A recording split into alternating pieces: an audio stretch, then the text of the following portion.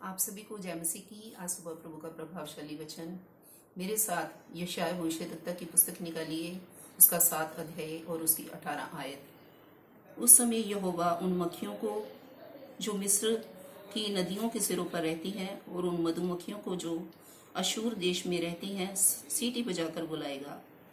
आमीन। परमेश्वर के प्रिय लोगों, परमेश्वर के इस वचन में लिखा है, 2 देशों के बारे में परमेश्वर ने बताया है। मिस्र की मक्खियों को और अशूर देश की मक्खियों को यहोवा सीटी बजाकर बुलाएगा। वो किस लिए सीटी बजाकर मक्खियों को और मधुमक्खियों को बुलाएगा? परमेश्वर यहूदा के विरुद्ध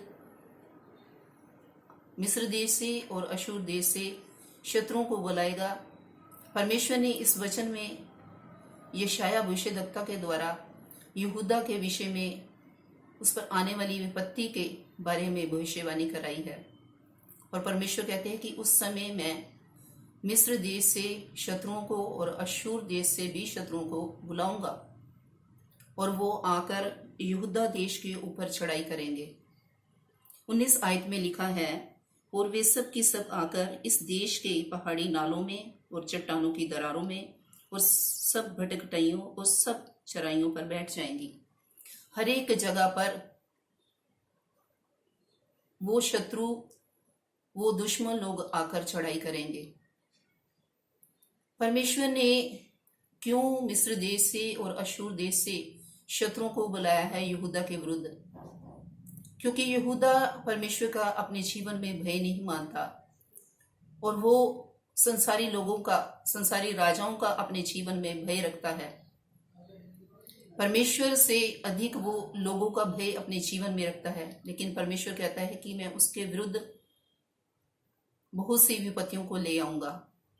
परमेश्वर के प्रिय लोगों, हमें अपने जीवन में किसी का भी, जो संसार में लोग रहते हैं, चाहे वो राजे हों चाहे वो अधिकारी लोग हों, हमने अपने जीवन में किसी का भी भय नहीं रखना। परमेश्वर के वचन में लिखा है कि मत्ती 24 अध्याय में लिखा है, जैसे कि आने वाले टाइम में बहुत ही ज्यादा संकट भरे वो दिन होंगे, जगह जगह अकाल पड़ेंगे, भूइंडोल होंगे। 7 आयत में लिखा है, क्योंकि जाति पर जाति और राज्य पर राज्य चढ़ाई करेगा और हर जगह भूइंडोल होंगे और अकाल पड़ेंगे। परमेश्वर के प्रिय लोगों, परमेश्वर का समय बहुत ही ज्यादा नजदीक है और उसके आने से पहले परमेश्वर की बाइबल में दी हुई 24 अध्याय में भविष्यवाणी पूरी होंगी। जो लोग परमेश्वर का अपने जीवन में भय नहीं रखते, लोगों का भय रखते हैं, परमेश्वर कहता है कि मैं उन पर अपने शत्रुओं को लेके आऊंगा। परमेश्वर की वो भविष्यवाणियां पूरी होंगी। परमेश्वर आने वाले टाइम में इस पृथ्वी को और आकाश को वो नाश करने पर है। प्रभु के वचन में लिखा है, रोमियो 10 अध्याय उसकी 13 आयत में लिखा है, जो कोई प्रभु का नाम लेगा वो उद्धार पाएगा।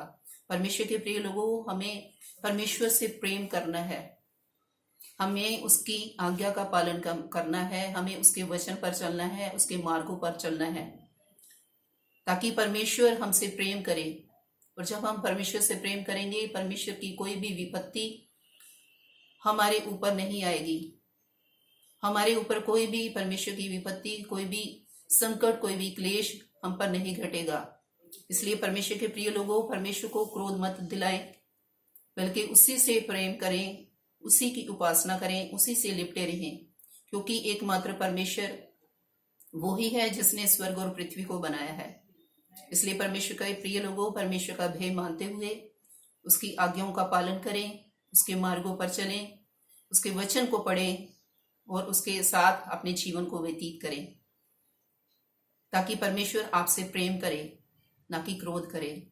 इस वचन से प्रभु आप सबको बहुत सही आशीष और बरकत प्रदान करे। सबको जय मसीह की। God bless you all.